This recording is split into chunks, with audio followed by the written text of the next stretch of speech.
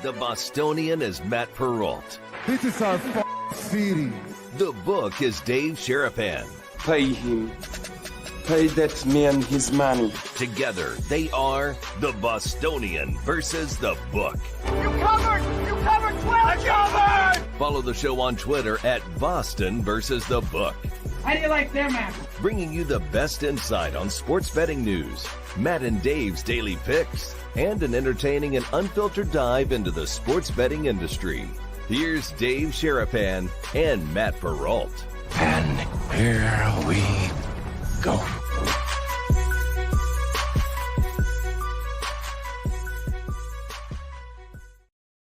What's up, guys? How are you? Welcome into a Tuesday morning on the West Coast, afternoon on the East Coast episode of the Bostonian versus the Book. My name is Matt Perrault. You guys are watching us live on our YouTube channel at Boston versus the Book, and the same on Twitter X. We are replayed on Sports Grid Television and Sirius XM channel 159. If you guys are watching on the replay, just a heads up, and you may have noticed it last night. The show is now 1 hour because it's just me solo for the foreseeable future until we get Dave Sharapan back. If you don't know what's going on, hold on. I'll explain as to where Dave is. I know people have been asking a lot of questions. I'll give you a quick update here in just 1 second. So that is why the show is a 1 hour replay now. It will go back to a 2 hour replay when Dave comes back. But for now, we will go for 1 hour on Sports Grid and Sirius XM. We'll go for 60 minutes live. If we do any bonus time, it'll come afterwards. But essentially, the show is being knocked down from a 2 hour show to a 1 hour show because it's just me. And I'm not that entertaining to keep you guys' attention for 2 hours. I'm hoping just do it for 1 hour if I can, just to get you guys to be a part of this and to be here on a Tuesday morning, on a Tuesday afternoon. So if you guys are just now tuning in and you're just asking questions as to why is Matt solo, we're going to be doing this for a while. Okay, this is going to be for the foreseeable future that I will be here by myself hosting. There will be guests coming through. We had Raheem Palmer yesterday. There's nobody booked today because I got a bunch of things I want to talk about and stretch out here a little bit with some topics we didn't get to yesterday. So that's how the show is going to roll, basically.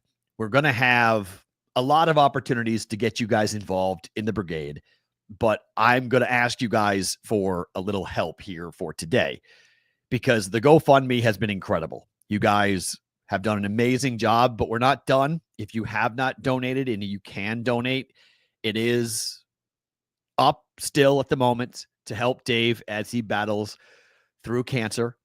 He has his surgery scheduled on July the 7th. You guys have raised over $32,000 at last look. That was about 2 hours ago. You can go to our website, bvbshow.com, the bvbshow.com, or go to our Twitter account at Boston versus the Book.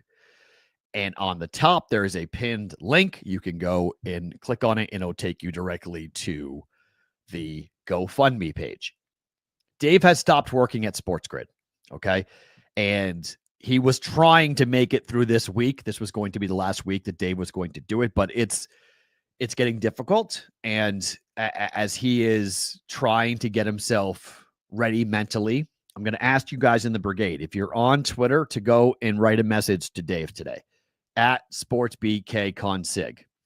Write something, encouragement, a quote, something that lets him know that we're all thinking about him, because it's lonely. Like, there's no other way around saying that. Like, he's in a battle and he misses doing the show. He was in the chat yesterday. He may be in the chat today, but he is sleeping a lot and he is trying to get himself to July the 7th when he'll go in and have the surgery. So money's awesome. Dave would give back every dollar that he would have now and for the rest of his life if he could take away what he's going through right now. I guarantee that. Money means nothing. Okay. Money is irrelevant. It's just to pay the people that are trying to help you, essentially, is what we're doing with Dave. We're trying to cover the medical bills, which are going to be extensive. And he's going to have a ton of travel costs and he can't work. So on top of the fact that you have to pay all of this money for cancer treatment and cancer surgery in a week in the hospital in California at UCLA Medical Center, after all of that, right? You can't work. So that's what that GoFundMe is there. That's why that money is needed. That's why we as a community are coming together and trying to take that burden off of their plate. And it's the least we can do for the guy, right? He's done so much for so many people. And this is a chance for him to see us and show him how appreciative we are about what Dave has done and what Dave has meant. And for everyone who is writing that the show is different or the show isn't the same, sorry, Will. No shit. Okay? Like, like I'm going to try to keep the swearing to a minimum as we do this, but I got really pissed off last night at some comments that were made on the internet about it. Because do you think we want to be in this spot? Do you think this was planned? Do you think this was on purpose for how we have done this for 4 years, for what him and I have done and what we've been through? Do you think this was what we wanted to have happen? Do you think I want to be here by myself right now? So spare me this whole idea about like, we need Dave back or Matt's boring or this isn't the show. No kidding. No kidding. This isn't the show. So like, understand what we're going through. Don't be that big of an insensitive prick that you're going to write these things to us about what's going on, because we're trying our best right now. Like we're keeping this thing together with duct tape and super glue. We're just trying to hold our lives together at the moment. Okay. So don't be that person. Like, don't do that, because that is hard. It's hard on me. It's hard on Dave. It's hard on our families, people that care about us and that see that and go, my God, why would somebody write that right now with what's going on, with what's happening to both of you, to your life, to this program, to the hours upon hours that we have dedicated to this? Somebody's that insensitive. Yeah, multiple, not just one, multiple people are that insensitive that they're going to write things like that on the internet. Now, I get it. The internet is a cesspool. It's an absolute disgusting place. I understand all of that. But that made me really mad yesterday. And I was talking to Amanda, and she said, you probably need to say something, because I was so mad last night about it and so furious. She's like, you probably need to bring it up on the show. So I apologize to start this show with that. But that really, like, from here on out, spare me the criticism of the show. Spare me the criticism of me and what's happening as to like somehow I orchestrated this or I wanted to be in this position, because that's not what this is. Okay. I would literally do anything right now to change the current state of where we are for Dave, like literally. So, but we're not. And the universe doesn't give you chances like that. You have to play the cards you were dealt. And we were dealt a crap hand that we have to deal with, that Dave has to deal with. And I've got a ton of things going on in my own life.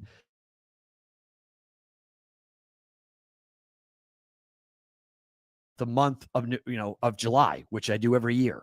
And my daughter goes to my family back east, and I go to New Hampshire. My daughter's my sister's wedding is coming up on July 25th. Like, I've got major life tent pole events. My sister's wedding shower was over the weekend. You know, my daughter I've never been to Europe. My daughter's never been to Europe. We're going in August to show my daughter Scotland, and I'm going to go see Oasis in Scotland, which has been one of my favorite bands forever. And it's an amazing moment. And there's like guilt that comes from that, because I'm leaving the West Coast where Dave is. I don't want to leave him here. His family is here and he has help and whatnot, but I still want to be a part of this. I want to still be here when he needs something. So like, try to understand what we're going through. Like, try to just for a second, put yourself into what everyone who is around Dave and love Dave and want the best for Dave, what is happening? Like, what is going on? So this is an attempt to make sure the show is here when Dave comes back. Not the new look of the show, not how the show is supposed to go, not how we're going to be doing these things.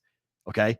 This is just you know that Spider-Man meme where he's holding on to the train, he's got both arms and he's got his web on both sides, and he's just trying to stop the train and hold on to it.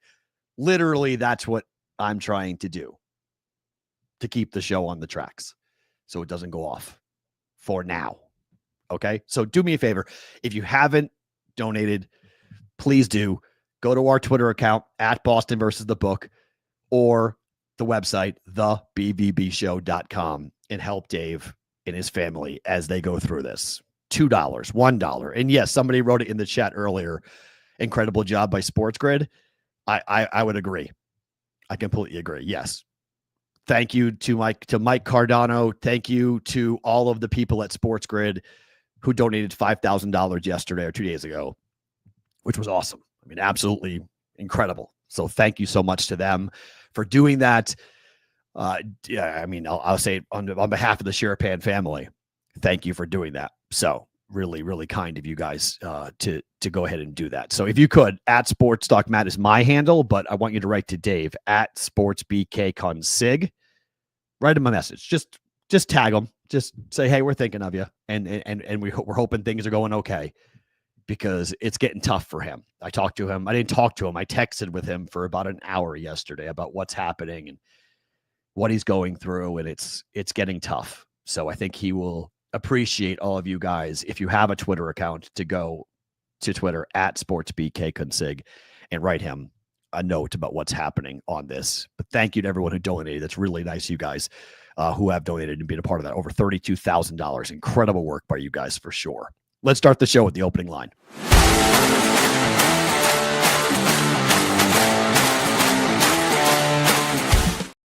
All right, opening line. The A's have been a topic for Dave and I for a while because Dave's a big baseball guy. I'm a big baseball guy. There's all this excitement about the A's moving to Vegas. There's all this buzz about the A's moving to Vegas. Why? Well, look, when the Raiders came in, they built a brand new, gorgeous stadium that seats about 65,000. They call it the Big Roomba. That's what it looks like in the desert. You know, we've had Super Bowls now in Las Vegas. Super Bowls in Vegas. Like, oh my gosh. The Golden Knights came here. And in their first year, the Golden Knights went to the Stanley Cup Finals. An expansion team went to the Stanley Cup Finals. 6 years later, they won the Stanley Cup. They won it all. A team from Las Vegas, Nevada. Like, wait, what? A team from a city that all major four sports teams went to court and openly said that if you legalize sports gambling in America, you're going to ruin our sports. There may have been some truth to that, but they were openly campaigning against any legalization of sports gambling. And now there are two professional sports teams playing in Las Vegas, and there's going to be a third. Or at least we think there's going to be a third. This story is getting really interesting because yesterday, the Oakland A's / whatever you want to call them, the athletic organization, came to Las Vegas. And that is all the people. That is Rob Manfred.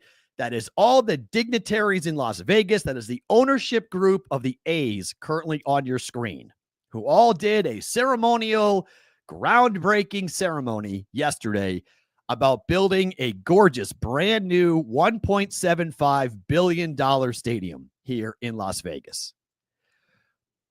But there is a little bit of an underbelly going on here. And there's a story that I think we all have to acknowledge is not being talked about. Are the A's actually moving here, or is this all pomp and circumstance and not actually going to happen? Because there are accounts here in Las Vegas who claim that this is all a dog and pony show and it's not actually happening. Now, this is a really interesting 2025 type story because our eyes are telling us that these guys were here yesterday breaking ground. Like, what do you mean it's not happening? Of course it's happening, right? Look at all these people and their gold shovels. Of course we're doing this, right? Look at all the big equipment that's all behind them, right? That equipment, it has to be here because you're breaking ground. That means you're going to start to build the ballpark, right? Right? That means the ballpark, you've got all this power equipment. We're going to build a baseball stadium, right? Like, let's wait a minute. Immediately after the ceremony yesterday for the groundbreaking for the A's, multiple accounts here in Vegas started to report some very interesting things. The heavy equipment stage behind the A's owner, John Fisher, today at the groundbreaking was rented as props for the day and isn't being used in any construction of the ballpark. Las Vegas, I'm sorry for the curse word on screen. Sorry about that. Do not be distracted by the breathless cheerleading. It's PR to give the illusion of progress and distract from the fact that this project is not funded. Relevant images he withheld. Suckers wanted. These aren't just shovels, they're promises. The Las Vegas Bluffs, $1 billion short. That's an account here in Vegas, Vital Vegas, who is pretty well tapped in.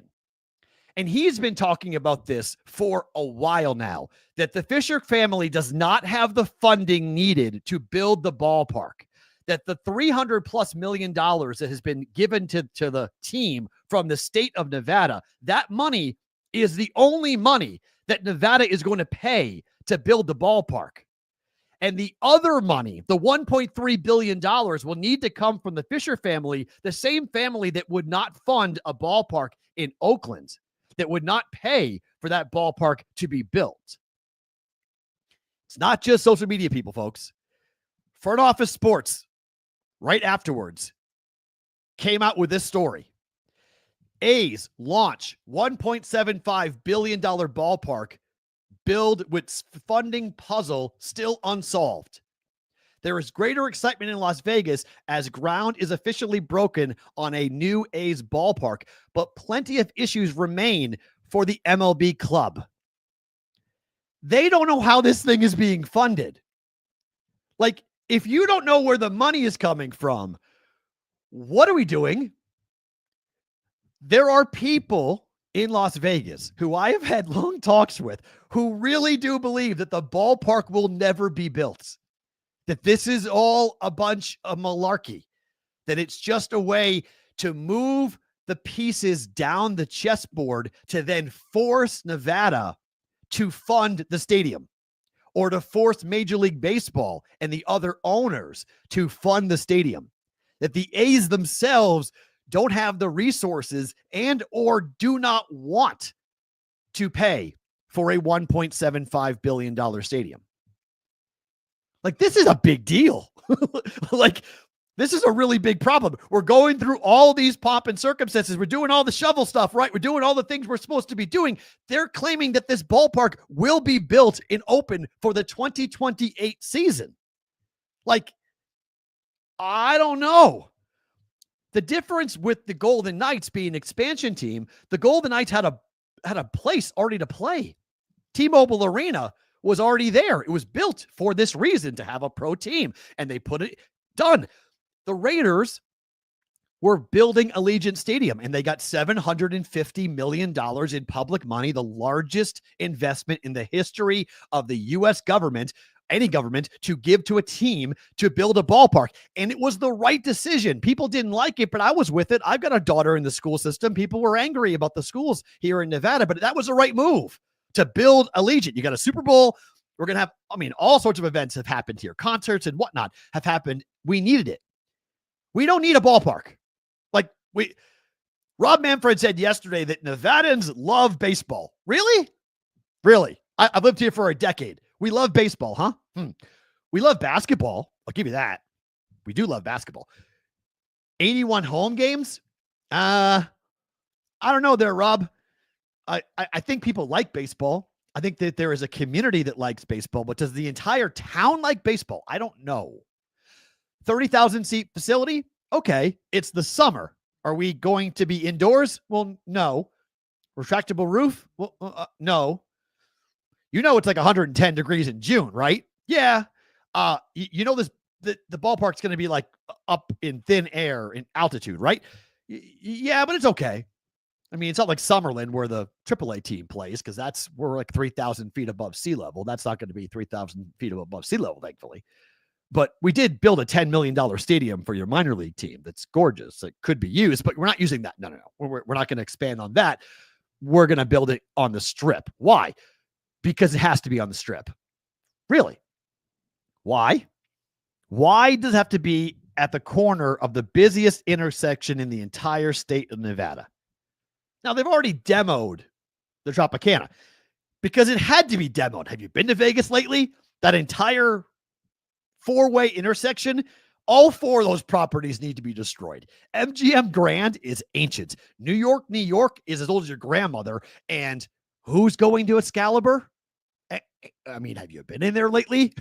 Like, no one's going to Excalibur. So if you want to know, like, why is everyone going downtown now? Why is everyone going to the far end of the Strip? Why are they going to Resorts World and to Wynn and to the Palazzo and the Bellagio and all these places? Because that end, the MGM end of the Strip, is old, like really old. And it needs to be adjusted. It needs to be, knocked down and built back up again. So if the ballpark's not built there, they're going to use that space for something. Guaranteed they're going to build something nice. But how do you have a groundbreaking ceremony? How do you have all of these, events without having the money secured? And I'm not going to get into it because it's too complicated, but just know that there is this like jigsaw puzzle going on, as Front Office Sports described it as to like, money from here, money from there, without actually having to be pinned down to say, where is the money? There is the commercial in the 80s from Wendy, where's the beef? It's kind of what people are saying now. Where's the beef? Where's the money, John Fisher? And you know that every single A's fan in Oakland is dying laughing at this whole story. They're like, they see headlines and they're like, well, yeah, it's the A's. Of course they don't know how it's funded. Of course there's some fuzzy math going on. Of course that the Fisher family is lying. They can't be actually telling the truth because they don't tell the truth. They've lied for years. And it's documented that they have lied for years. Now, I don't know the family personally, but that's why they had to go. And this is why people like Dave and myself and other people in Nevada have talked about expansion teams. We want expansion teams here. When the NBA comes here, they're giving us an expansion team. Now, is it LeBron's team or somebody else's? Fine. But expansion works in Las Vegas. The Raiders don't have a fan base here because they're Oakland in Los Angeles' team. They're not Raiders. I mean, people aren't Raider fans here. My daughter doesn't care about the Raiders. Dave's kids don't care about the Raiders. They're Steeler fans and Patriot fans because we all move here. We bring our fandom with us. So while we're Penguins and Bruins fans, we can equally be fans of the Golden Knights because there's no baggage. There's no baggage. There's no history of losing and embarrassing decisions and awful losses. There's none of that stuff. The Raiders, that's all they are. They're a bouquet of losing and a bouquet of just nasty, awful stories, tuck rules and everything else. The A's haven't been good in my life, basically. For every Moneyball year and every incredible story of the little engine that could, right? Like the Philadelphia A's or the 1970s Oakland A's. I'm 48 years old. The A's have been the laughingstock of baseball for pretty much my whole life. And them moving to Vegas for a new start, a fresh start, to do what? Lose 100 games? Like what are they doing when they come here? Because nobody wants to watch a loser here. And you can say, well, the rival teams, their fans are going to come in. They're not coming in to watch the Rays on a Tuesday night, okay? People in Tampa aren't getting on planes to watch their team. The KC Royals on a Wednesday, no one's going to watch that. No one's going to go watch the Rockies play on a Saturday afternoon. Like, it's just not happening. There's going to be like 5,000 people in the ballpark. It's hot. The team stinks. The ballpark will be a fun little anomaly for like the first 2 times you go. And then you'll be like, okay. And you'll move on. Watch this story is all I got to say about this. Watch this story. this thing might go south in a very, very quick way if we don't have the funding. Props and other show me events like that yesterday, all that does to me is ask more questions as to where's the beef when it comes to the funding for that stadium. We may not have baseball coming to Vegas after all, which is crazy.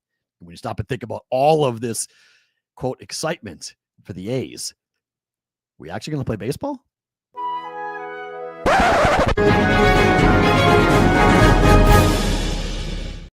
All right, what happened last night? Let's talk about Cal Raleigh. Let's give this dude his flowers. We haven't talked enough about this guy. 32nd home run last night. Could this guy win the American League MVP? Have you seen the numbers for the American League MVP? It's dramatically different now. It was minus 20,000 for Aaron Judge. Like, he was running away. No question asked. Aaron Judge was winning the MVP. His teammates are starting to politic for Cal Raleigh for the American League MVP. Catchers with multiple calendar months with 10 home runs or more and multiple stolen bases. Cal Raleigh in May and June, and Pudge in August of 99 and June of 2001. That is it. Look at the odds. Aaron Judge is down to 12-1, or 1-12, I should say, minus 1,200. He's still a massive favorite to win it, but that's not minus 20,000. It's not minus 10,000. It's minus 1,200. The odds are plummeting for Aaron Judge. Cal Raleigh now is 6-1. Now it's only a 2-horse race. It's Cal Raleigh or it's Aaron Judge. Bobby Witt Jr. and company, the rest of these guys are, see you later. They're not in the conversation. But this is a popularity contest, is it not? And there's a lot of people who are starting to go, wait a minute. What Cal Raleigh is doing, and I know he's a West Coast guy, and I know he plays for the Mariners, so maybe East Coast people aren't paying attention as much as possible, but you probably should. Cal Raleigh of the Mariners has 14 RBIs and 12 runs in his last 6 games after last night, 4 of which he started at catcher. No other catcher since the RBI became an official stat in 1920 has had a 6-game stretch with 12 RBIs and 12 or more runs. No other catcher in the history of baseball. Now, I'm 48. When we start talking about this stuff, I start getting nervous. I start getting concerned about, well, needles. I start getting concerned about guys doing things that are not on the up and up. And I'm not accusing Cal Raleigh of anything. I hope Cal Raleigh is 100% clean. I hope there's never any whiff of impropriety, but I've been burned so many times. Cal Raleigh's career high in home runs is 34. He hit 30 2 years ago. He hit 34 last year. He's got 32 now before July 1st. He's on pace to hit 60 home runs. 60 as a catcher. He's already broken Johnny Bench's record for the fastest to get to 30 home runs. Johnny Bench hit 45 home runs. That's the record for catchers in a single season. It's 45 by Johnny Bench when he was 22 years old with the Reds. Cal Raleigh could catch him by August. Like, with the way he's going right now, this is crazy with how often he is hitting home runs. Again, they play the Tigers today. They go with a bullpen game today for the Tigers. More on the Mariners later today. But they're scoring a stupid amount of runs right now. And Cal Raleigh is a big reason why, and a big catalyst as to why they're scoring as many runs as they are. I mean, Cal Raleigh at 6-1 to win the MVP is not crazy. If the Mariners continue to play baseball at this clip, not saying they're going to, but if they keep going like this, and the Yankees continue to swoon, and Aaron Judge continues to strike out and not be productive, oh my. 6-1 on Cal Raleigh is not bad. Yeah, Mr. Robble, he finally discovered Wheaties. I hope you're right. Okay? I hope you're right. JC from KC, the only major stats that Cal Raleigh has better than Judge is home runs, RBIs, and stolen bases. I mean, it's not crazy. It really isn't nuts when you start to look at this. And yes, fine, war for Judge, but do it after June 1st, though, JC from KC. Okay? In the month of June, Cal Raleigh has been far more productive than Aaron Judge. And Aaron Judge was off to a ridiculous start. He was hitting 400 in April and May. So I get why Aaron Judge ran away with it. He won the MVP last year. I get that. But it's a long season. Aaron Judge gets hurt a lot. Cal Raleigh is catching. I mean, he's catching. Oh, sorry. Seattle plays Minnesota. Thank you. Sorry. Minnesota's going in the bullpen game. Sorry. Not the Tigers play the A's. Sorry. Thank you for that correction. I've got that in just the picks. I made the bets. I should know this. But I'm very curious. Zach has had move the A's to Carolina, put Cal Raleigh on the team, instant legend, 2 stories in one. Sure. Again, if the A's were to be moved somewhere else, I'm okay with that. I mean, I want baseball in Vegas. I just don't want A's baseball in Vegas. I don't want the baggage. But this guy is, yeah, I mean, it's not bad-ish. At 6-1, you could actually wait a little bit too if you wanted to, but I don't know how much lower Aaron Judge is going to get. If he gets hot, if Aaron Judge gets hot, his numbers will go back up. But if Aaron Judge continues to swoon and Cal Raleigh keeps going this way, and more of his teammates are now kind of taking up the mantle and saying, we're going to campaign for you. We're going to push this and say, hey, this guy should be the MVP, not Aaron Judge. Look what he's doing for our baseball team. He's driving the bus for us. Not crazy. Bad news for the Arizona Diamondbacks. Corbin Carroll got hit with a pitch in batting practice, and there's some real questions about what the heck happened to Corbin Carroll on this. I mean, this is awful for a team that last night lost 2 more players in Naylor and Suarez to injury. Now they're dealing with Corbin Carroll. Gets hit on the wrist. And there's some question to like how exactly it happened.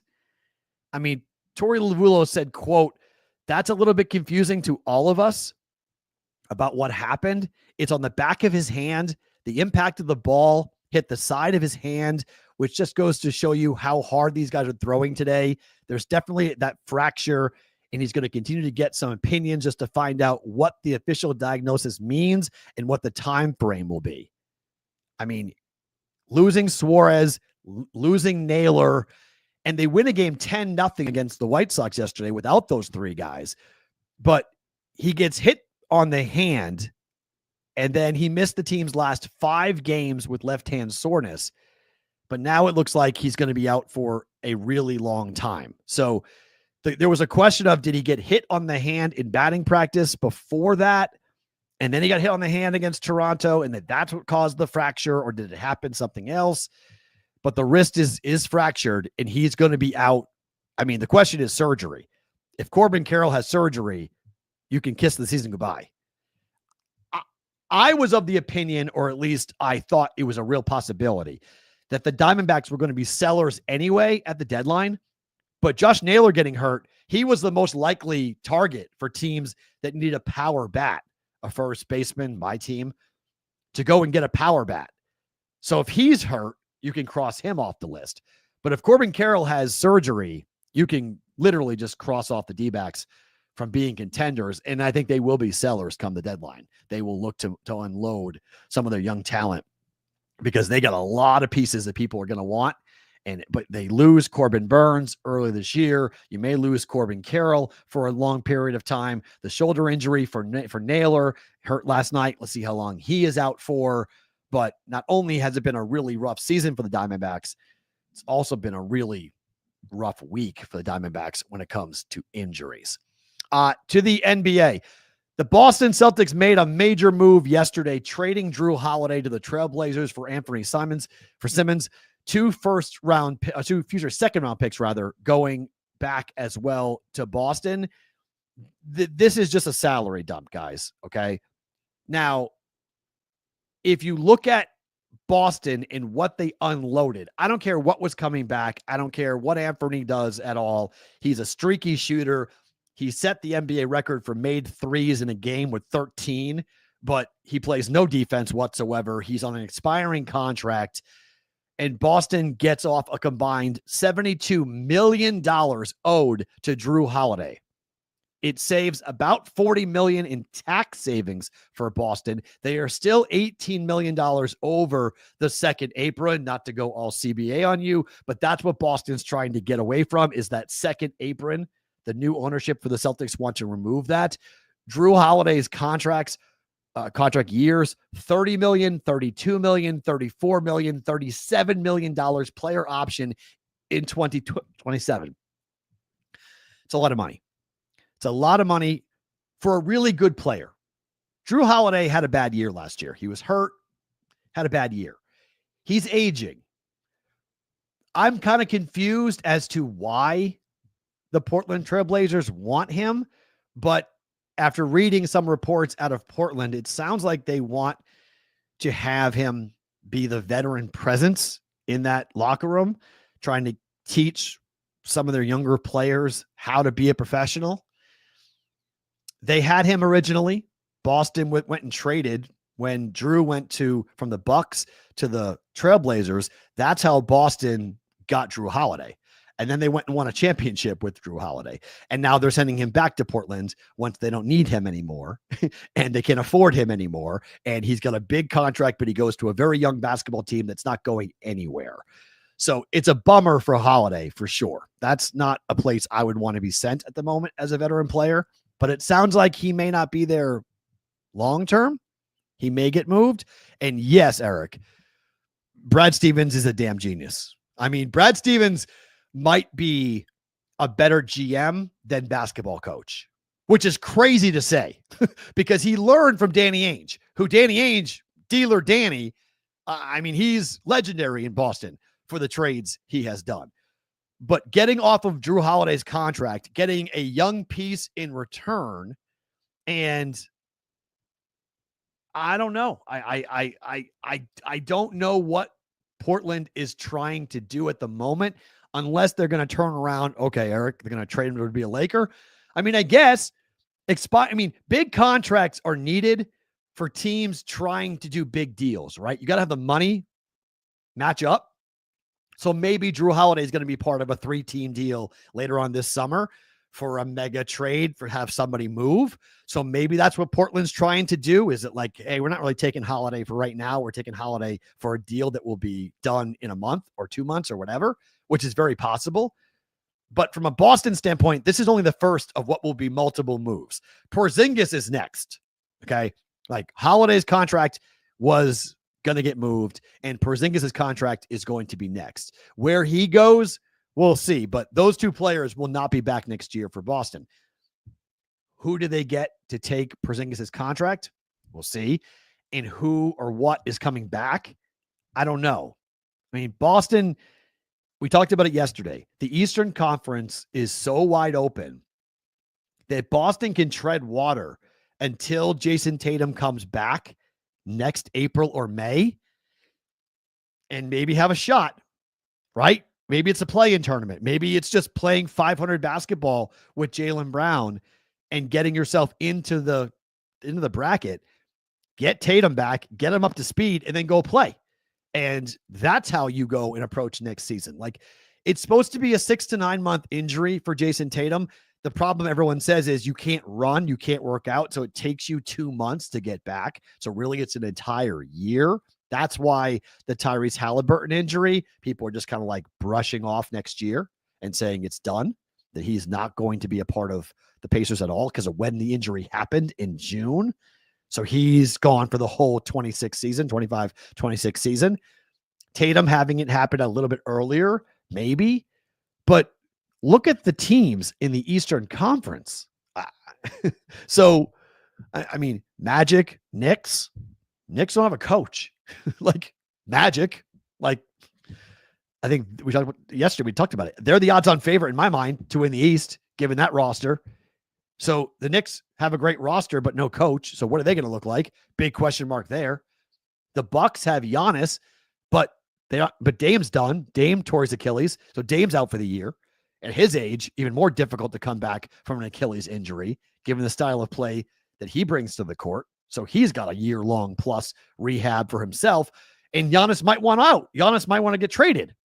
So, like, it's going to be the off season for the NBA is going to be an absolute soap opera, like complete and utter soap opera as to where we're going. Nobody in the East scares you.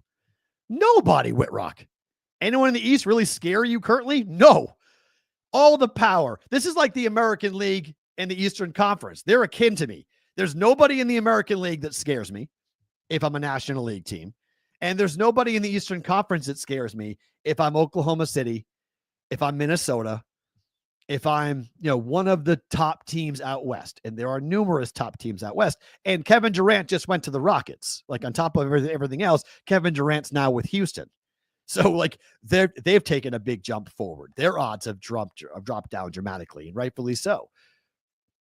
Eastern Conference, I mean, the Spurs are a team that might be more interesting with what they're going to look like next year with Wembanyama. Like, the power structure in the NBA with all the injuries in the Eastern Conference is dramatic.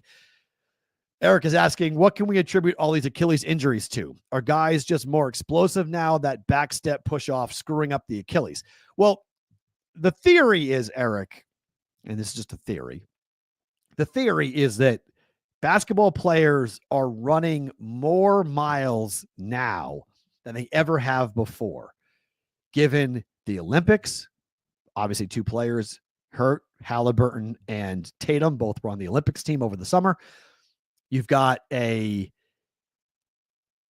365 basketball cycle going on. You have guys who are playing 82 games. Load management has been outlawed in the NBA. It's a swear word to do load management. So the league wants these guys playing more and more basketball. And we're just talking about players who have, thinner legs. Both Tatum and Halliburton are both built in similar ways. And their injuries are from wear and tear. Achilles injuries don't normally just happen. They normally are a buildup of multiple injuries to the Achilles and to the calf. So, like, look at Jason Tatum. People in Boston have done this. You go back and look at some of the earlier games in the Knicks series and some of the time that Tatum has grabbed at his ankle and then it finally popped in game, 4 or game 5? It finally popped. Halliburton hurt his Achilles after game 2 of the finals. He limped off the podium after game 2, and everyone was like, oh boy, but he got treatment, and then it was just considered to be Achilles tendonitis, is what they called it. Then he hurt the calf badly in game 4, or in game 5 rather. Game 6, he played really well on it, and in game 7, he popped it. So it's not like you just one step and you tear it. It can happen, but it doesn't happen all that often. Normally, it's when someone gets very tired. They get the muscle gets worn down. And this is a great point. Any merit to the shoes they're wearing causing the Achilles tears? That was said by, I forget who put that on Twitter. A former NBA player put that on Twitter yesterday or 2 days ago and told the guys to stop wearing the low-rise shoes. Tatum and Halliburton both wear low-rise shoes. There might be something to that. Like, there might be something. Not that the shoe itself is causing the injury, but it's causing more fatigue on the ankle, Achilles, and calf because you don't have the ankle support that you need to have when you have high-top shoes on. So there is something to be said for that. Yes, I think there is an interesting look. Santana, everyone's bringing up Detroit. I think that they're too young. I'm not there yet with Detroit. I love Cade. I think that they're a fun team. I bet them a ton. I bet props with them in the playoffs and everything. I mean, I'm not there yet. I'm not there yet. Go back to Converse. That's all my daughter wears is Converse high tops. That's her favorite shoe. She's got 5 pairs of them. They're like $25. They're cheaper than Crocs. It's great. Crocs are like $45. Converse are like $25 here in Vegas. They're tremendous. Go back to that. There's no support. There's no arch support either. They're all flat. It's not great. Yeah, Kate's great, but he's built out of Legos. Gets hurt. Yeah, every player gets hurt now. Every player with the contact and the physicality of the game, everyone gets hurt. It's a running thing with this. But I mean, how did Boston pull off that trade? I'm never going to know these things because Brad Stevens, as what was said earlier, Brad Stevens is a wizard. He's a genius. He's an awesome GM. But more to come. I mean, let's see what Boston looks like going into next season. But they got a younger piece. They got out from a gigantic contract, and they got 2 second-round picks. I mean, people are making cases of like, wait a minute, look at Kevin Durant and what the Suns got for Kevin Durant, and then look what the Mavericks took for Luka. Like every trade's being now analyzed through the lens of Luka Doncic. Is it right? I don't know, but I think it is fair to take a look at it and go like, through that lens, that trade looks worse and worse.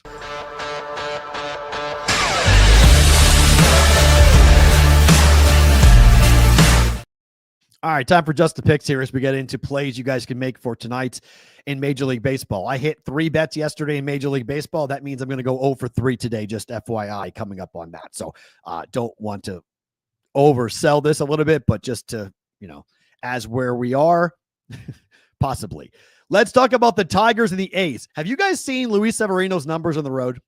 Luis Severino, pitcher for the A's, is ridiculous on the road. He has a .93 ERA. He's 2-0, 6 starts, 4 earned runs in 38 2/3 innings worth of work, 21 Ks, and an opposing batting average of 194.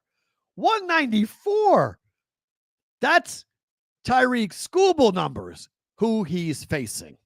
Skubal, best pitcher in baseball, as we know, 1.88 ERA. He is 6-0 at home. So you want to take Tigers money line, fine. Tigers run line, fine. But with Severino, I think the better play is the under 7.5. It's now 7, I think, across the board. I think most places, let me look at a live number for you guys to see. I believe it's down 7. I got 7.5 last night for this game, but I think I think 7's safe. I don't like 6.5, but I think 7 is safe. It's a push potential for it. Let's see. It's 7.5 or 7. It's still, multiple places. Circa here in Vegas is 7.5. So is the Superbook. DraftKings is 7. Offshore is 7. Most places 7 or 7.5. I would play the under 7.5 because it's Skubal. Now, the Tigers scored 9 runs in their last game against the Pirates. Skubal gave up 2 earned runs, but before that, 4-1, 3-1, 1-0, 5-0. 4 straight games all under for Skubal and the Tigers. We're going under 7.5 for the Tigers and the A's. I mentioned the Diamondbacks. They scored 10 runs yesterday and won the game 10-0. Nelson against Leisure. This is 2 bad pitchers, okay? Leisure, his ERA is 2 on the road, 5 at home. He's an opener. He's going to go 1 inning, maybe. And then you're into the bullpen for the White Sox, the same bullpen that gave up 10, or same team that gave up 10 runs yesterday. Even with a banged-up Diamondbacks team, they still scored 10 runs yesterday. Diamondbacks are throwing Nelson. He's not great either on the road. He has a 6.08 earned run average. He's 1-1, opposing batting average of only 200, but 16 earned in 23 innings worth of work. 9-5 win in his last start. 5-1 win against San Diego at home, but then 13-1, 11-7 losses. He gave up 7 earned runs to the Reds in that start on the road. He was good against the Blue Jays. 5 2/3, 1 earned run. The team scored a bunch of runs for him, and then the bullpen came in and gave up a bunch of runs. Whenever we're talking about the Diamondbacks, we're talking about one of the worst bullpens in all of Major League Baseball, and the White Sox hit at home. I wouldn't be surprised if the White Sox return the favor here. Not 10-0, but the White Sox win today, and the White Sox score a bunch of runs today against Diamondbacks. We're going to play the over 9 for the Diamondbacks and the White Sox. And finally, Mariners and the Twins. Look, this number, let's see, make sure it's staying where it was. It was 8.5 last night for Mariners and the Twins. The number now is still 8.5. So pretty much across the board, 8.5 for Castillo and Paddock. I don't understand why the Twins are favored today. You want to bet money line for Seattle? Go right ahead. I don't understand this. You have one of the hottest lineups, if not the hottest lineup in baseball right now for Seattle. The Mariners have scored 9, 7, 14, and 11 runs over their last 4 games. Cal Raleigh is on fire. The Twins are a dumpster fire. I mean, they are awful. They've lost 4 games in a row, and they've lost 10 of 11. Like, they are just an absolute mess at the moment. Chris Paddock beat the Mariners 2-1 in Seattle about a week and a half ago. I guess that's why Chris Paddock is favored. He's got a 3.03 ERA, not bad at home, 1-3 record, 230 opposing batting average, 11 earned runs in 32 2/3 innings worth of work for him. But Castillo's not bad. Like, I know he hasn't had an unbelievable year. He's 4-5 with a 3.38 ERA overall. On the road, a little bit iffy. 4.5 ERA, 2-2 record, a 297 opposing batting average, 17 earned and 33 1/3 innings worth of work. But Seattle's scoring. This is a high-scoring game. Even if the Twins win the game, it's a high-scoring game. Over 8.5 for the Twins and the Mariners. If Cal Raleigh goes deep again today, could happen. I mean, the guy, he's impossible to get out at the moment. The baseball is like a grapefruit to him right now with the way he's crunching the ball. Could be another day for a Cal Raleigh home run. That's a prop bet. So is this.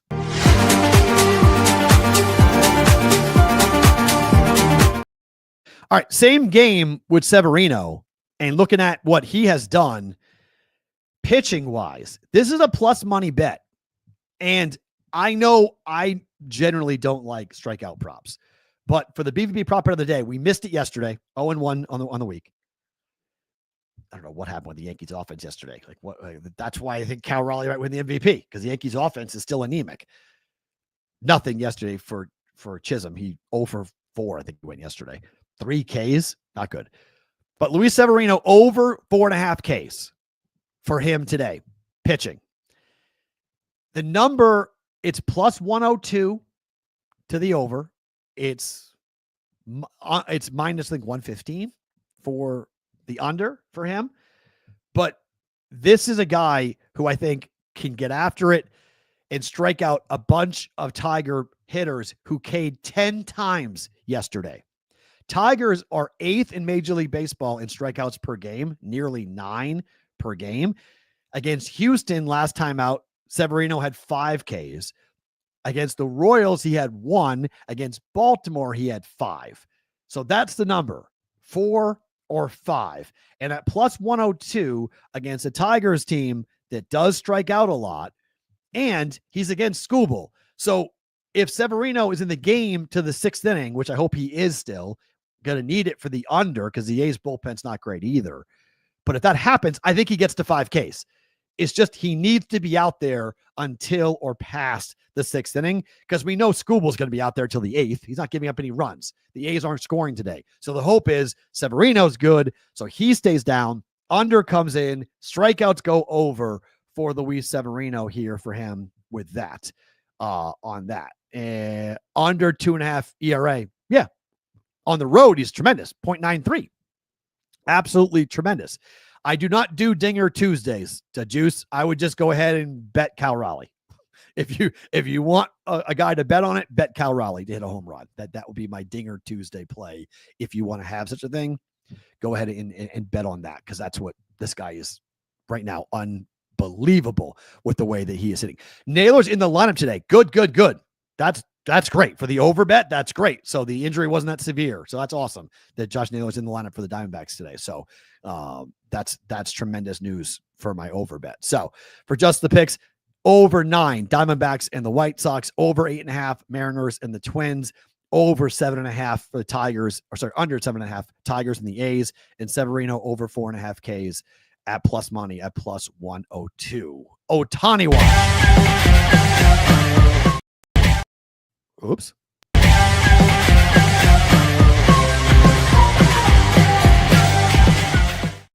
So Ohtani is going to pitch again here in a couple of days. And the question is going to be about Ohtani in the lineup. Dave Roberts yesterday said that Ohtani most likely is going to drop in the batting lineup at some point in the next week or so. This has been, if you're a Dodger fan, you've been screaming this for a bit. Ohtani has been the most productive hitter all year for the Dodgers, but he's leading off. And the idea is obviously a leadoff hitter gets up the most amount of times, so you want to have him be at the plate as much as possible. But as he pitches, they feel like they need to drop him in the lineup. One, so he's not looking to steal as many bases, because getting on, stealing second, getting driven in, that's not going to be the role of Ohtani. They want him to look at his power numbers. And frankly, his power numbers are down.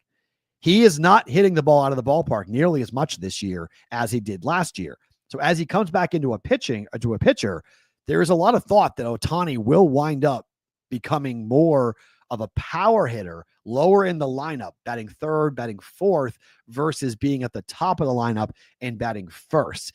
If that happens, I know Dodger fans are going to be ecstatic over this. They are not happy. They are not happy about what's going on. Mookie, Ohtani, Freeman, maybe. It could also be Mookie, Freeman, Ohtani. You could see him bat third, Santana, in the lineup. But I think this is going to be a very interesting conversation around Shohei as he ramps up as a pitcher. He's gone one inning in his first two starts. Does he continue to get that one inning starter opener type of opportunity? Or do they want to stretch him out and see if he can go into the second, third, or fourth innings? The thought would be basically he is going to get more opportunities to pitch. And so looking forward to seeing what's going to happen, looking forward to seeing how this goes, because I do think the Ohtani numbers will jump up if that ends up happening. We did find out yesterday about the NBA Finals as to what the numbers were for the finals. Game 7 was a monster. 16.4 million viewers for Game 7 of the NBA Finals, as you would expect, right? I mean, like, it's a Sunday night. They put it in a great spot. This justifies everything that, I'm not really in love with Sunday. I wish it was Saturday, but they put it for that very reason, because they wanted to go ahead and have all these people. But the series overall was the least watched series in a non-COVID year since 2007, down 9.3% to last year with the Mavericks and the Celtics. So this is, again, NBA Finals way down, Stanley Cup Final way down. I don't really know why. I can't really put my finger on it, but everyone said it was because of the markets. The small market teams, people weren't interested. I don't know if that's the case or not. I don't know. But they were worried about OKC and Indiana, and they were right to be worried because people did not watch. They watched Game 7, which, one game, winner take all. So big numbers for Game 7. But overall, the NBA Finals did not draw people's attention. I don't know. I don't really understand why people weren't watching hockey and why. I mean, it's the end of the season. What else are you watching? Like, it's the championship. This is all of the work. This is everything that's gone into the year. Why wouldn't you watch this? Why wouldn't you spend time watching? Because you missed out. The first 4 games of hockey were unbelievable. 3 of the 4 games went to overtime for the Cup final. Edmonton and Miami. Now, really far apart, but a rematch of last year. So the teams, how good the teams are. Either you're a casual hockey fan, about McDavid, about the reigning champs in the Florida Panthers. So why wouldn't you go and watch that? People didn't care. People didn't care about Indiana and Halliburton and the incredible run he went on and the last second shots and the incredible come from behind victories that Indiana had the entire postseason until it came to Game 7. And unfortunately, they had to watch Halliburton get taken off the court by his teammates. So why weren't people watching earlier? Why? I mean, is OKC boring? I've heard that a bunch. OKC is boring. The team's boring. That SGA is boring. They play the 2-man game, right? They play the 2-point game. They don't play team basketball. They don't shoot threes like Steph. They're not high flying and dunking like Michael. They're just not the same. Not the brand of the Lakers, not the brand of the Celtics. For whatever reason, people just didn't pay attention. They were not watching. And it's the lowest rated finals since 2000. And like we talked about, we said it going in, if the Knicks weren't going to be a part of it, ratings were going to be really bad for the NBA finals, and the ratings were really bad for the NBA finals. All right, guys, if you're watching live on YouTube and Twitter, don't move. We're not going anywhere. If you're on the replay crew, thank you for being here. We appreciate it. Remember, the show is 1 hour, not 2. So this is the end of the show on Sports Grid and Sirius XM. Back tomorrow. For the rest of you guys, don't move. You get bonus time.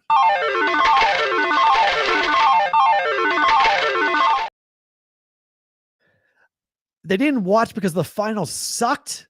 You think the finals sucked? Game 1 sucked, JR? You didn't find that crazy? You didn't find that comeback amazing? You didn't find what Halliburton and company did amazing in game 1? Little engine that could? I don't know. I disagree with that.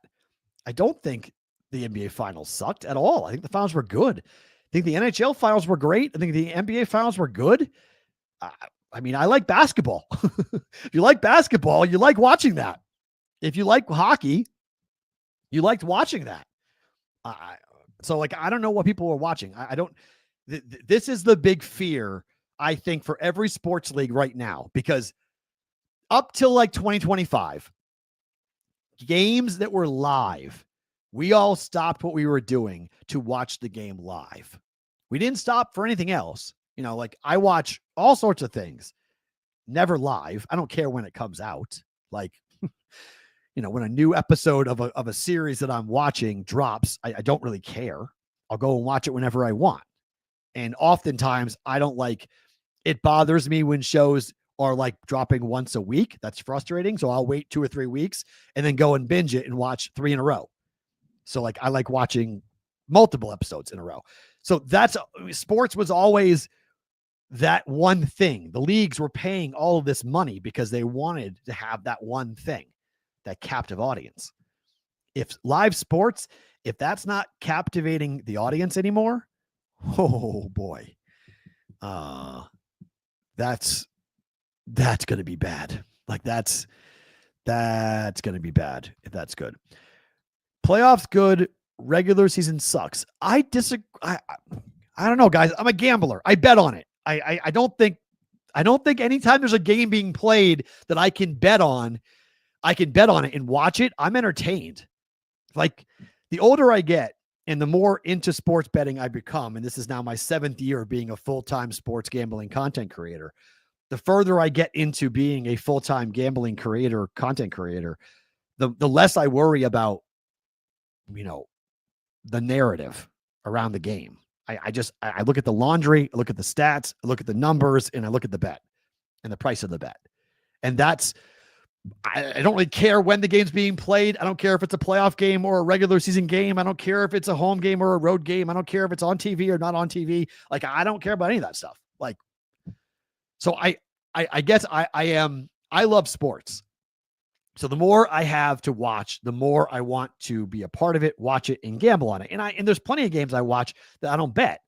Plenty of baseball games I watch on the West Coast every night that I don't have a single dollar on, but I'm just watching it because it's fun. I mean, I'm watching A's games at times. Okay. So in Vegas now, we get on YouTube TV, we get the Giants, the Dodgers at times, occasionally, and the A's. So those are the teams that generally, because of the YouTube TV has a deal with NBC Sports California. So if you're on one of those, the Angels occasionally too.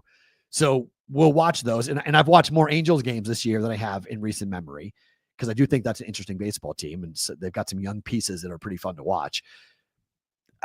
It's research, it's watching teams. I love listening to the home team's broadcast on teams that I don't watch a lot of, because you do learn a lot about what's going on with the team, and it can help you bet. So, NCAA and NBA basketball are literally 2 different games, but it's been that way forever. I mean, NCAA basketball has always been more entertaining. College basketball has always been more entertaining. They play a third of the games. They play 30 games in college. They play 82 in the NBA. That's why That's why everyone wants to shorten the NBA playoffs. They want the NBA to go to 5 games in the first and second round of the playoffs because they want to increase the urgency. They want the games to mean more, not over a 7-game series. In 5-game series, you'll get way more upsets in a 5-game series than you will a 7-game series. And they think the wear and tear on the athletes, another contributor to the Achilles injuries, is the wear and tear in the postseason. Too many games.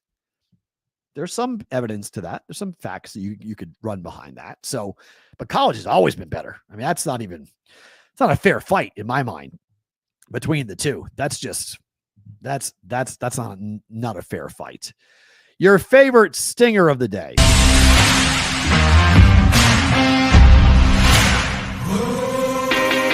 We are picking up steam with the Brigade proxy service. A couple of signups coming up tomorrow. A couple of Brigade members are in town today. Good to see text messages from them who are in town. We'll sign them up tomorrow. I'm a little bit annoyed at this story. It's not that big of a deal, but I'm a little bit annoyed by this story because I like rivalries. I like when teams hate each other. And the Yankees and the Red Sox, that rivalry died when the Red Sox and the Yankees became friends. Too many players started to like each other, and they still do. They still like each other. So we don't have the same hatred. I thought the Bills and the Patriots could stay with this, but Josh Allen just threw all cold water on this. Already a fan of Drake May. Josh Allen, married now over the summer. Quote, I think Drake May is super talented. He's one of my favorite young quarterbacks in the league. I think that he exemplifies football. What does that mean? He exemplifies football. That's like giving somebody a compliment without having to actually say anything complimentary. What is that? He exemplifies football. Now, I love Drake May. I love Drake May at North Carolina. I loved him as a junior. I loved him I made money on him as a junior. I didn't bet on him as a senior, but as a junior, I was all over him with the yards numbers it was one of the best college football bets I've ever made. That Drake May's yardage was way wrong, and he flew over as a junior. Got there in like week 9 for his yards. So I've been all in on Drake May. I've liked Drake May for a long time. I love Drake May with the Patriots. I don't want Josh Allen to love Drake May. I don't want this. Like I liked it when Tom Brady didn't like anybody else in the division. I liked it when Tom Brady enjoyed embarrassing the Jets. I liked when Tom Brady made fun of Rex Ryan. Like I want my football team to hate the other teams in the division. Drake May is the quarterback for the Patriots. I don't need Josh Allen to butter him up. I don't want a friendship. I don't want a bromance between Josh Allen and Drake May. I want a rivalry. Like Josh Allen's the standard in the division. Got to go get the guy. You can't just like look up to the guy. Go get the guy. Beat the guy. I don't like what Josh Allen's doing. I see you, man. I see the game he's playing, buttering him up and making him all nice and complimentary. Eric, I'm going to rub this in your face when it doesn't happen. Because you do know that you can't call it a sophomore slump when he has a first-year offensive coordinator, right? This is a whole new offense. This is not a sophomore slump for Drake May. This is a different offense. Everyone says, they know what you're going to do. They have no idea what the Patriots are going to do with Josh McDaniels' offense. We have no clue how much Drake May is going to run with Josh McDaniels' offense. They have drafted and signed totally different players. Stephon Diggs is on that offense now, okay? They got a couple of really young and talented wide receivers that they drafted that they really like. I know you keep on harping that and running that this is going to happen, but I would say this is his rookie year. Last year, they're out the window. This year is the rookie year. Maybe next year you want to call for it, that's fine. But not right now for Josh Allen. This is, I think, going to be a good year.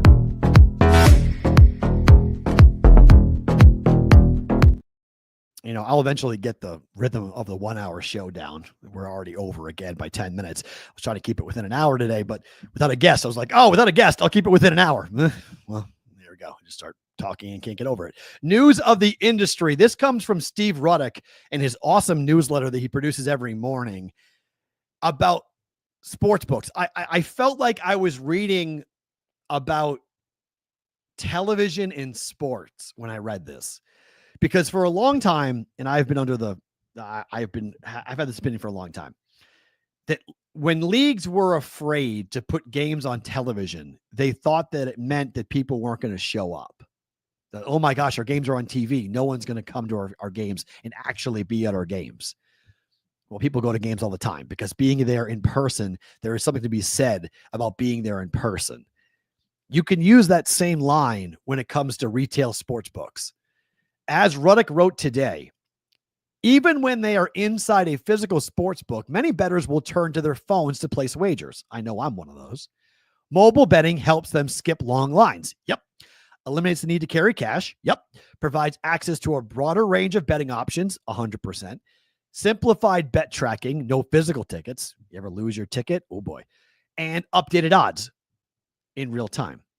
Physical sports books need to offer more than just a betting counter in large TVs. Agreed.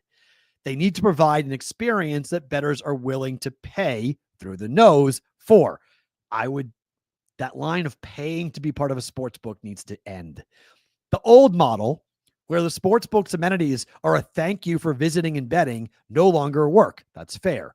Those same amenities and newer, swankier ones should be the draw. Just like bottle service, people will pay for luxury amenities. Agreed.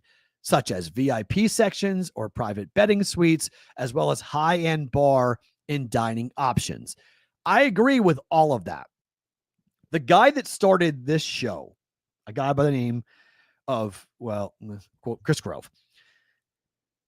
He's an investor. Chris Grove is who sat down with Dave and I, and Dave and I both pitched the idea of starting BvB, and he's the one that funded BvB in the first year. And then when we left, we parted ways with Chris, but we still are very close with Chris Grove. He believes that there is a Vegas idea, a Vegas angle that can be marketed across the country. So like, think about taking Circa Sports and that idea of that sports book and putting it around the country, that people want to have Vegas amenities in their backyard. And I think there's a lot of truth to that. The more we do that, the more we hurt Vegas. But I don't think Chris Grove cares about hurting Vegas. He's trying to invest and make money. But I do think there are people that want that type of experience in their backyard without getting on an airplane and flying around. So that means Vegas has to innovate. Vegas has to present things that nobody else has. Circa Sports has done that. Circa gives you an experience that is unlike anything else in the country. The screens, the counters, the size of bets they will take, all the things that Circa does, what they offer, the food, everything that is Circa Sports. If you haven't gone to Circa Sports, you should go to Circa Sports. It's incredible. But that can't just be the only one. The idea of charging people for a seat at a sports book needs to end. That's ridiculous to me. If you want to make a bet minimum, okay, I'll listen to that. But a straight fee to sit down and watch a game at a book is killing retail sports books. Now, you could say, well, Matt, haven't you gone in March Madness and see how many people are there? Sure. But I also know that it turns people off about going to the book more than once. They'll do it maybe for one day on the trip. They'll do it once, not doing it multiple times. Everything that books should be doing should be about driving handle.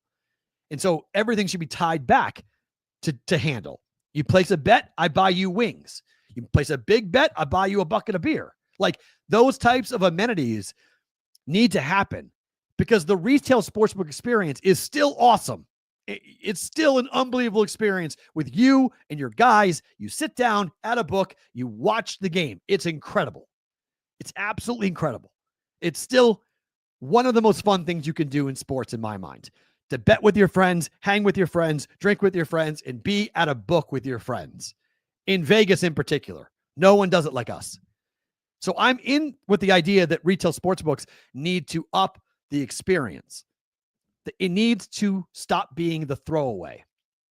For a long time in college sports, it was called the front porch.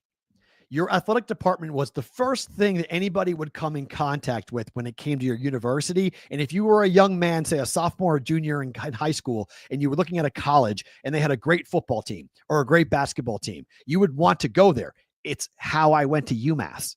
When I was in high school, UMass was dominating everything. John Calipari and Marcus Camby, they won 5 straight Atlantic 10 tournament titles and 5 straight A10 regular season titles. The last one, I was a freshman in college. The 4 previous were all my high school years. I was recruited to play soccer around the country. I want to know part of it. I guess not around New England. I did not want to wake up at 4 a.m. and go running for 5 miles in my college experience. So I wanted to be a broadcaster. So Emerson in downtown Boston and UMass Amherst were my 2 finalists. Emerson had all sorts of cool ideas of what they wanted to offer me. UMass offered me a radio station that said, you want to be on the radio? You can be on the radio tomorrow. I went, really? They went, yeah. Emerson, I asked the kid that I went on the tour with, how long did it take you to get on WERS? He said, well, I'm a senior, so now I get my shot. I was like, you waited 3 years before you got on the air? He's like, yeah. So I went to UMass. But what also sold me on UMass was the fact their basketball program was unbelievable. And I knew I was going to watch a great team my freshman year. And I watched a Final Four team my freshman year lose to Kentucky, but still go to the Final Four. UMass has never sniffed the Final Four again, but I was there for that in 1996. Your front porch now for a lot of guys is what your book looks like, what your sports book is. People are walking in and going, go show me the book. Let me see what it's like. And if your book stinks, it shows that you don't really care about that type of better. And there's a lot of guys that want to go and hang out, and Circus Sports has figured that out. That's why they have Stadium Swim, right? Hey, let's give you a Stadium Swim. That's why, the Westgate, they've got the stadium seating. They've got that gigantic venue. People can go and watch these games and be a part of it. But it can't just be 2 properties. It's got to be more in Vegas and beyond, frankly. I cannot wait to see the Kentucky Circus Sports as to what they have built out there. I heard it's absolutely gorgeous. But I hope more states, more betting angles. Tunica, Mississippi. Council Bluffs, Iowa, Atlantic City, like to invest in the retail sports book, in the sports watching community, watching it as a community, as a group of people. I think there's a lot of people that will go. I really do. I think a lot of people will want to be a part of it, that will want to be in a book watching a game if you give them chances to do it. Do not charge.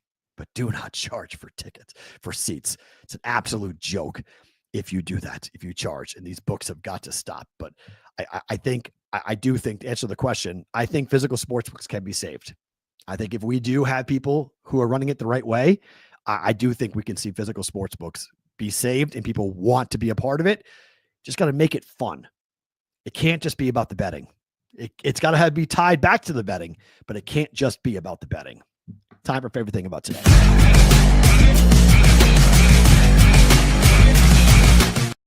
All right, favorite thing about today for me, again, it's yesterday, it's today, it's the same thing. I'm going to remind you guys all week until we go on vacation next week about raising money for the Sherapan family, okay?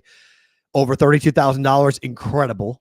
Go to our Twitter account at Boston versus the book. If you've not donated, please do so. Help Dave in this fight through cancer. He's struggling. I have also asked you guys to go to Twitter and write to Dave at SportsBKConsig. Give him a pep talk. Give him a quote. Give him something to make him feel good. Tell him how much he's missed. Tell him how much we want him back on the show and to go get healthy and to come back as soon as possible. Go and do that. Favorite thing about today is you guys. I mean, you guys have been just, the brigade has been incredible. The notes you guys have been sending to me. I mean, it's, I appreciate everybody in the industry. I feel like I'm like married to Dave. I'm like, write this to Dave. People are writing messages to me. I'm like, hey, tell Dave I'm thinking about him, blah, blah, blah. And I'm like, you can like write to him, right? Like, it's not that big of a deal. Like, you can do that. Like, Dave's still like with us. Like, go ahead and write to Dave directly. He'd love to hear from you. So I'm being kind of like the middleman. But favorite thing about today is the brigade. You guys are absolutely awesome. Thank you for everything you were doing. Completely amazing, amazing, amazing. If you have not liked this video, please do so. If you're not subscribed to our YouTube channel, please do so. Tell somebody about the show.